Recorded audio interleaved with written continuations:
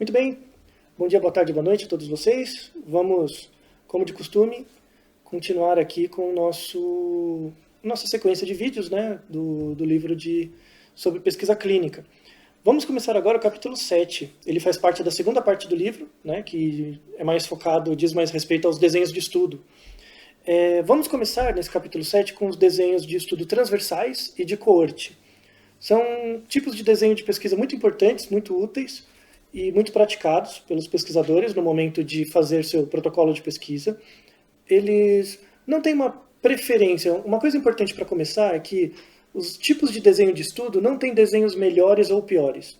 Todos têm vantagens e desvantagens em função do uso e da sua pergunta de pesquisa e do que você gostaria de ter como resultado. Tá? A estrutura desse vídeo vai ser apresentar os tipos de desenho de estudo transversal, falar das vantagens, das características e das desvantagens, e os estudos de coorte, tá? Principalmente. Então, a ideia, vamos começar com os estudos transversais, né? Quando você fala de transversal, é como se fosse um corte. Você tira uma fotografia do momento presente sobre características de uma amostra ou de uma população que você tem interesse, tá? Uma característica importante do estudo transversal é que a coleta de dados, a observação é feita num único momento. Você faz apenas num único momento, de forma transversal, né, como uma fotografia, e essa é a informação que você tem. Tá? A ideia é que, em geral, você não tem acesso à população toda, mas tem acesso a uma amostra. Com base nessa amostra, você já fez um processo de amostragem, que a gente viu em aulas anteriores, no vídeo anterior, e a partir dessa amostra que eu já tenho definida, eu vou fazer uma observação transversalmente e depois tentar fazer uma inferência para a população. Tá? Quando eu for identificar essa característica, essas variáveis que eu tenho interesse na minha amostra, eu tenho que saber a priori, pela minha pergunta de pesquisa, o que são desfechos, né, e o que são preditores. Então, quais são os causadores, entre aspas, de um fenômeno, e qual é a consequência, né? No caso, quais são os sintomas que levam, ou as características ambientais que levam a uma doença ou uma característica qualquer, tá? Os preditores e o desfecho. Isso tem que estar definido a priori. A característica do estudo transversal é que quando você supõe um ou mais preditores para um desfecho, você necessariamente está pressupondo uma direcionalidade. Então, se eu sou, por exemplo, exposto à poluição, isso aumenta a chance de um problema pulmonar.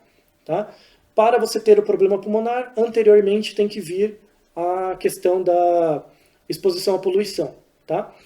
Então, só que como o estudo transversal é um estudo feito apenas num momento, como uma fotografia, a suposição da direcionalidade, quem vem primeiro do que, é uma suposição teórica.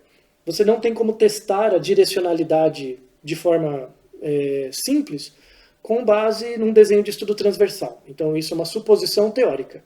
Tá? Isso é importante de ser mencionado inicialmente. Quando você faz um estudo transversal, você fala sempre sobre prevalências de fenômenos. Tá? Prevalências de doença, prevalências de certa característica. O que é a prevalência? Né? Prevalência é o número de casos daquilo que você quer observar percentualmente. Tá? Então, se eu tenho uma amostra de 100 pessoas e 20 delas têm gripe, se eu observar num estudo transversal, a prevalência de pessoas com gripe nessa amostra é 20%. Tá? Baseado nisso, eu tento fazer uma inferência sobre qual a prevalência de gripe na população, tá? Num certo período de tempo. Então, você tem uma diferença entre ocorrência. Ocorrência é o número de casos que ocorre, é uma descrição bem simples. A prevalência é o número combinado percentual de casos de uma certa condição numa amostra. Tá? Então, o principal indicador de uma pesquisa transversal são as prevalências. Tá? E você vai ter os preditores, né? Então você vai ter as pessoas, ou exposições, você vai ter as pessoas expostas a uma condição, por exemplo, no exemplo que eu disse anteriormente da poluição, você vai ter pessoas expostas à poluição e pessoas não expostas. Tá?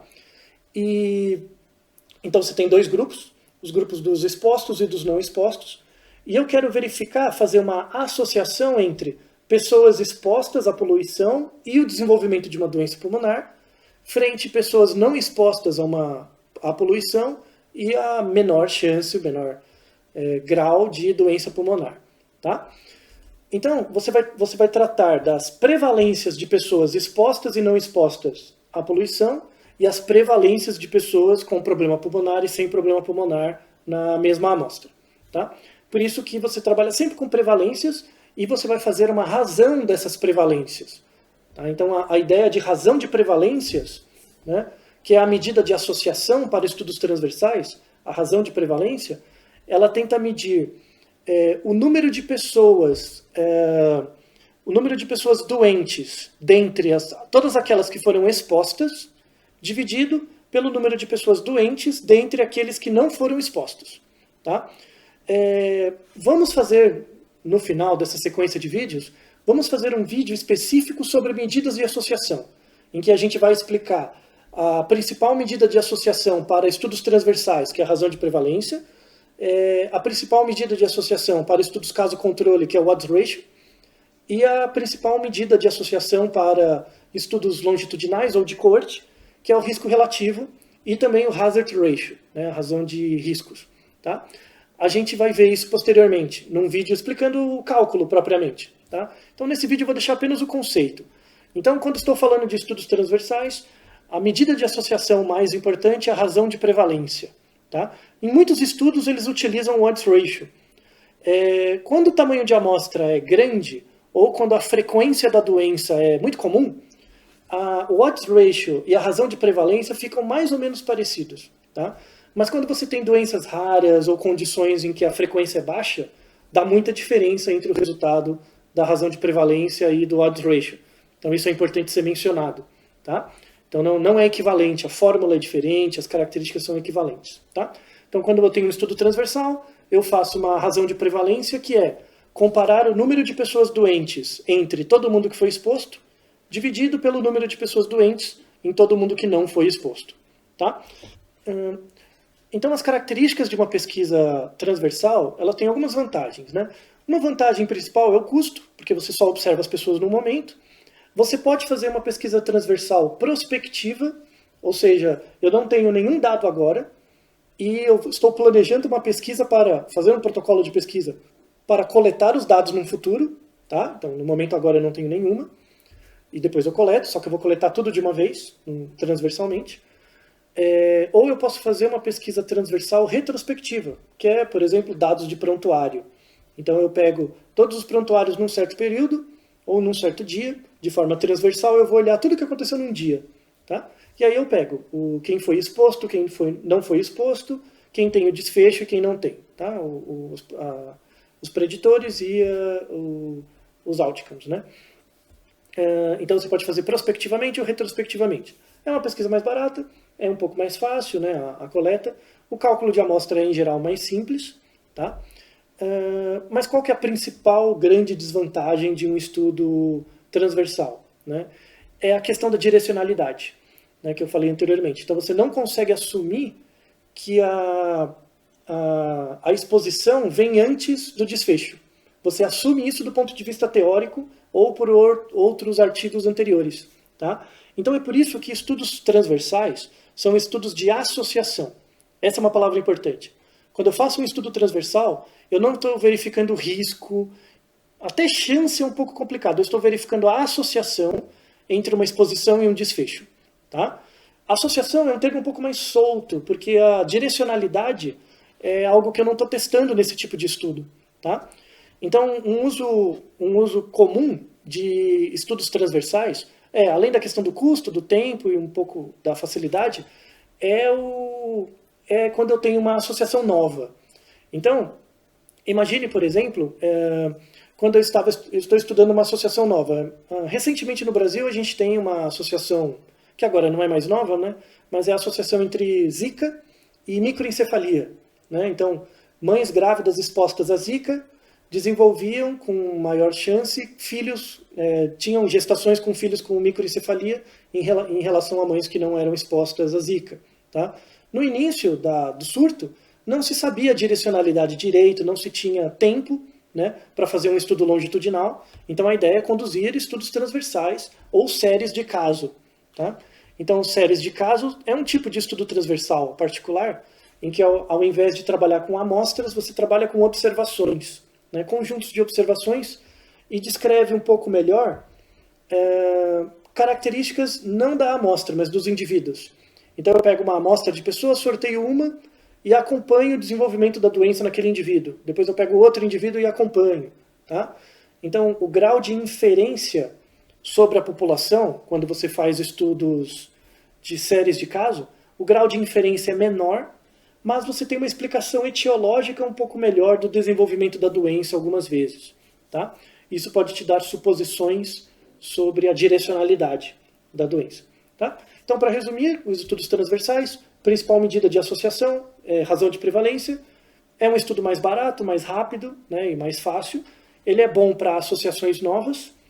A grande desvantagem é que você não tem uma noção da direcionalidade, quem veio antes. Tá? Essa é uma suposição feita a priori e que você não consegue testar, por isso que os estudos transversais são estudos de associação.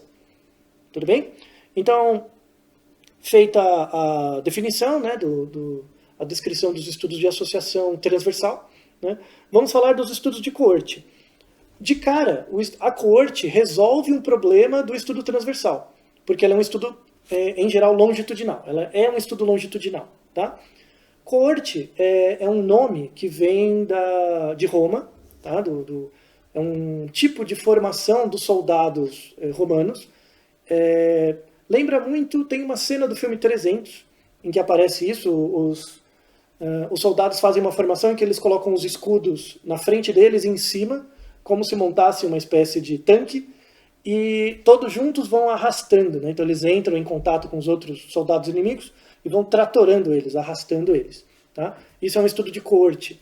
É uma formação com 200 soldados, tá? Romanos, nessa disposição, todos juntos em bloco, caminhando. Tá? Esse é o nome que inspira esse desenho de estudo. Então é um grupo de pessoas, ou pacientes, o que quer que seja, que você coleta no início de um período de tempo e observa eles até o final, como uma coorte. Tá? Então a coorte, ela já, de cara, ela acessa a questão da direcionalidade. Né? Então você pega no momento zero, na coorte clássica, né? No momento zero você pega pessoas... um grupo de pessoas sorteadas da população, você tem uma amostra, e nenhuma dessas pessoas desenvolveu a doença. Tá? Ela só tem a exposição. Então, por exemplo, no momento zero, eu pego pessoas fumantes e não fumantes. Eu tenho os expostos fumantes e os não expostos não fumantes. E aí eu começo a observar essas pessoas longitudinalmente. A cada 6 meses, por exemplo, eu telefono para elas. Né? E eu vou perguntando a cada 6 meses se elas desenvolveram câncer ou não, de pulmão, tá? Por conta do cigarro. Então, no momento zero, ninguém tem o desfecho, ninguém tem a doença, todo mundo tem ou a exposição ou não, e eu vou observando essas pessoas por um período de tempo e entrando em contato com elas, frequentemente, perguntando se elas desenvolveram desfecho ou não. Tá? Então, imagina que eu observei essas pessoas por 2 anos, depois de 2 anos, eu vou contar o número de pessoas com câncer dentre aquelas que foram expostas e aquelas que não foram expostas. Tá? E minha expectativa, né, minha hipótese, é de que pessoas expostas ao cigarro têm um maior risco de desenvolverem câncer. Ou seja, no momento zero, pessoas que fumam e que não fumam, nenhuma delas tem câncer. Depois de 2 anos, eu espero encontrar mais pessoas doentes dentro do grupo que foi exposto, né, ao cigarro, em relação ao grupo que não foi exposto. Tá? E aí a gente entra na principal medida de associação para estudos de coorte, que é o risco relativo. Né? O risco relativo, ele tem o mesmo princípio da razão de prevalência do estudo transversal. Tá? Só que por isso que não chama prevalência, né? É um risco, porque tem a noção de tempo. Então, dado que você foi exposto, aumenta o risco posterior de você desenvolver a doença. Então, quando você fala de risco, você sempre está falando de temporalidade. É um risco potencial para desenvolver algo depois. Tá? Então, o risco relativo ele é a medida de associação utilizada em estudos de coorte. Aí você não vai falar mais em prevalências, tá? Que é o número de casos naquele momento, no estudo transversal. Você vai falar de incidências. Tá? Então, o que é a incidência? Incidência é o número de novos casos num período de tempo. Repare que a noção de incidência é muito parecida com a noção de velocidade. Quando você está olhando um carrinho, e esse carrinho anda 80 km por hora em média. Tá? Então, a cada hora ele anda 80 km. Quando você fala de incidência, você fala também de uma velocidade de infecção. Então, imagina que a incidência de uma doença é 4 casos. Tá? Essa é uma informação incompleta, porque é 4 casos em quanto tempo? Eu estou pensando como uma velocidade de infecção. Se eu falo que é 4 casos por ano, então a incidência não é tão grande, porque a cada ano só tem 4 casos. Tá? Se forem 4 casos por dia, a incidência é muito grande, porque a velocidade de infecção são 4 pessoas a cada dia. Tá? Então, repare que a noção de incidência lembra muito a noção de velocidade, velocidade média, enfim. Tá? Então é sempre o número de casos num período de tempo. É igual a velocidade, né? A distância pelo tempo. Incidência é número de casos, número de doentes num período de tempo. Tá? E essa é a medida descritiva de um estudo de corte. Tá? Eu tenho incidências, e aí quando eu for comparar a incidência de pessoas doentes, ou seja, a velocidade de infecção, no grupo de pessoas expostas, dividido pelo grupo de pessoas não expostas, eu vou ter uma razão de incidências. Esse é o nome próprio do risco relativo. Tá? Risco relativo também é chamado de razão de incidências. Assim como eu tenho a razão de prevalências no estudo transversal, eu tenho a razão de incidências no estudo de coorte. Então, feita essa descrição geral, né, dos tipos de coorte, do mecanismo, né, do método de estudos em coorte, assim como no estudo transversal, a gente tem a coorte prospectiva, em que eu pego agora, no momento zero, as pessoas expostas e não expostas, mas nenhuma delas desenvolveu a doença, e eu vou observar prospectivamente o desenvolvimento da doença. Então, no futuro, coorte prospectiva, e você tem a coorte retrospectiva, que também pode ser feita, por exemplo, por prontuários ou dados no passado. Então, eu vou pegar num hospital todas as pessoas de 2010 a 2019, né, o banco de dados, e verificar. Aí eu volto em 2010, pego quantas pessoas em 2010 mencionavam que fumam ou não fumam, né? E aí eu vou seguindo elas e verificando essas pessoas ao longo do tempo, os registros delas, ver quantas delas desenvolvem câncer ou não nesse segmento de 9 anos que está no passado, né? Que não é hoje, é uma coorte retrospectiva. Tá? Então você pode fazer tanto com dados no futuro quanto dados no passado. A grande vantagem da coorte, do estudo de coorte, é a questão da direcionalidade, né? Você consegue inferir mais causalidade, um grau maior de causalidade em estudos longitudinais, né, de coorte, do que transversais. No entanto, é um estudo mais caro, né? Você pode ter mais perdas, claro, porque você pode perder segmento das pessoas, então isso tem que estar considerado no cálculo de amostra, a gente vai ver isso em outro vídeo.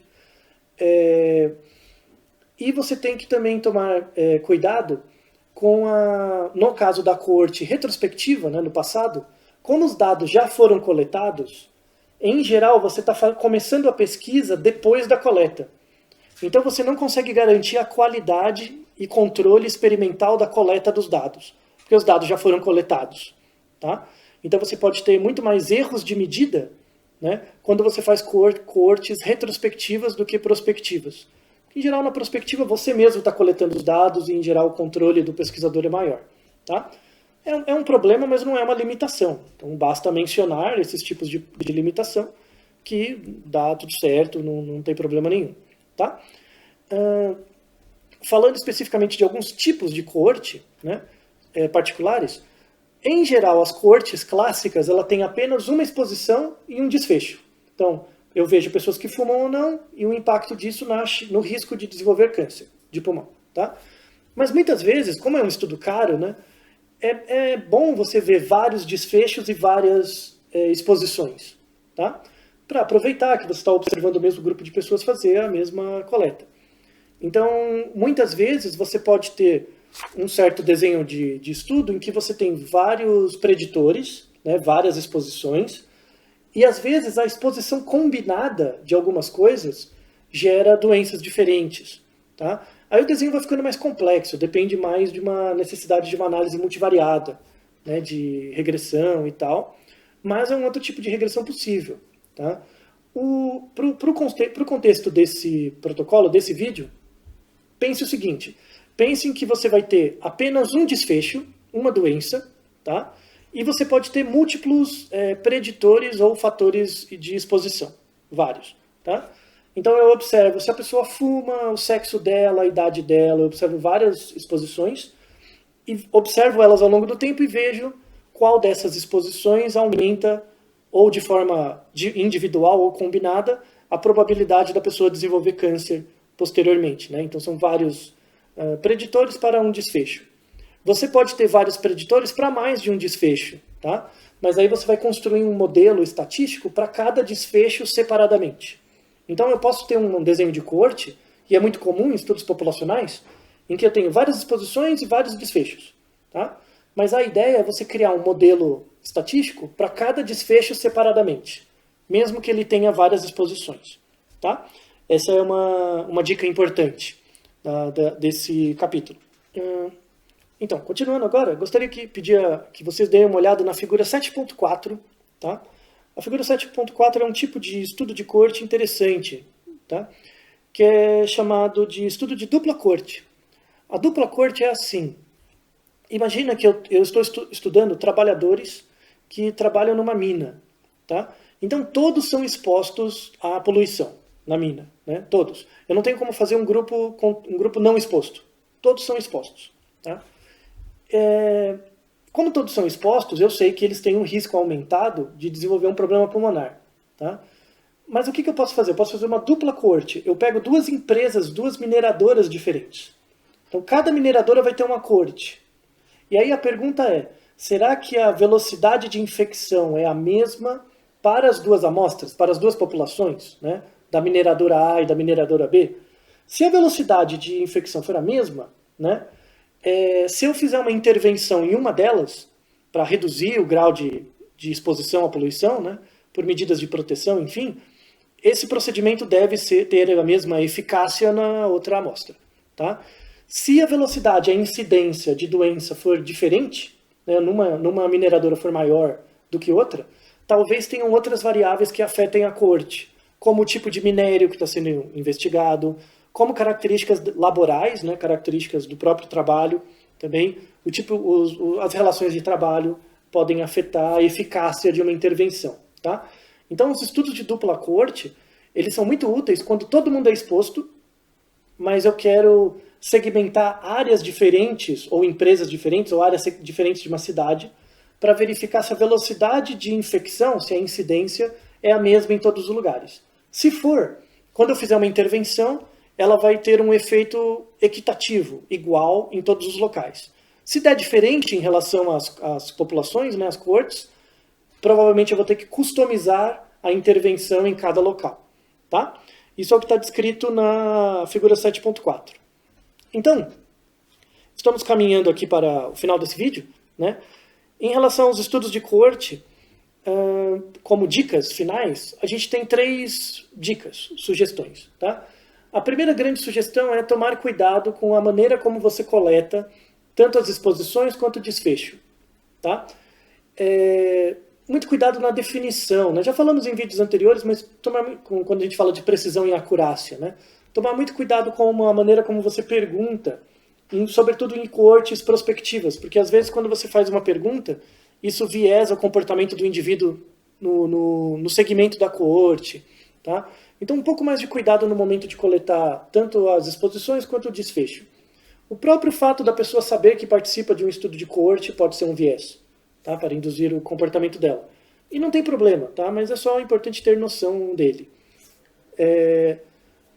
Então, cuidado com as coletas dos dados. A segunda característica importante é a questão da população.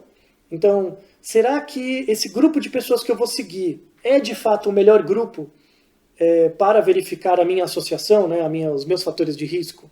Tá? Então, quando você fala, vou pegar pessoas normais, pessoas comuns, esse comum pode significar muita coisa. Tá? Às vezes, a seleção da população num estudo de coorte, mesmo quando você fala de população saudável, é bem complicado.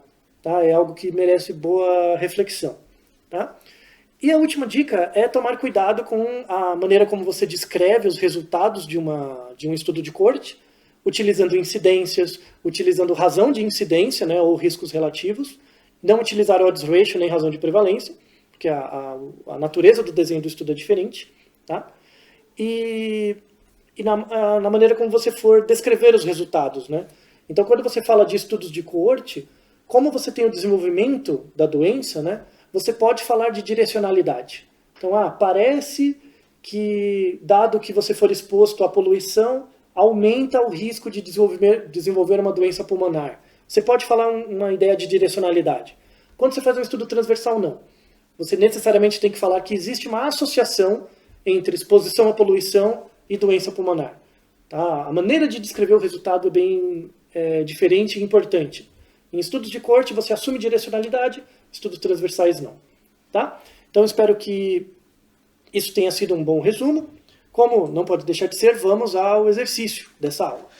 Vamos fazer apenas uma das opções, tá? Porque a lista aqui tem 2 exercícios, a gente vai fazer só o primeiro, letra A, tá? Que já é bem ilustrativo do exemplo da aula. Então, considere a seguinte questão de pesquisa. A deficiência moderada de vitamina B12 causa fraturas em idosos. Tá? Fraturas de bacia, né, em idosos. Então essa é a pergunta. Será que uma suplementação inadequada de vitamina B12 causa fraturas em idosos? Tá? E a pergunta é, como que você estabeleceria, como você criaria um desenho de estudo para atacar essa questão, para tentar resolver essa questão, usando uma coorte prospectiva? Tá? Pense um pouco sobre isso, discuta e a gente já volta.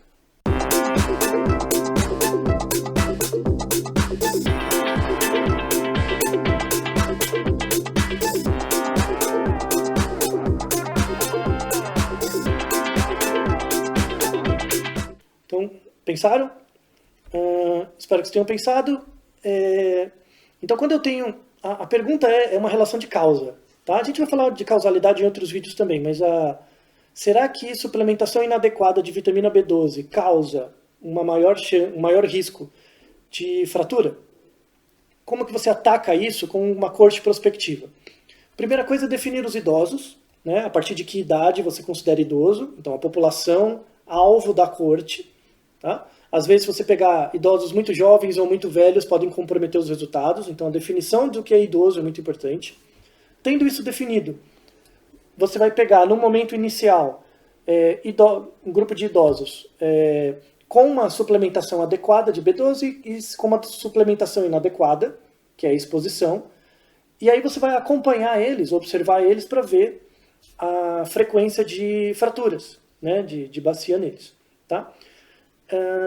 Um cuidado importante aqui é ver a dose, né, o que é suplementação inadequada, para você verificar se os idosos que não tomam adequadamente estão tomando uma frequência baixa mesmo, um consumo baixo. Tá? Isso é importante. Você tem uma boa definição do que é consumo inadequado. Controlar esses idosos por outros tipos de problemas, de confundidores. Se eles têm problema de locomoção, algum problema funcional, para excluir eles da coorte. Tá? E uma vez que você tem grupos homogêneos, vê os suplementados e os não suplementados e observa ao longo do tempo. E aí uma observação final é por quanto tempo você observa. Né? Se os idosos forem muito saudáveis, pode demorar muito tempo até um deles ter uma queda e uma fratura, mesmo tendo suplementação inadequada. Tá?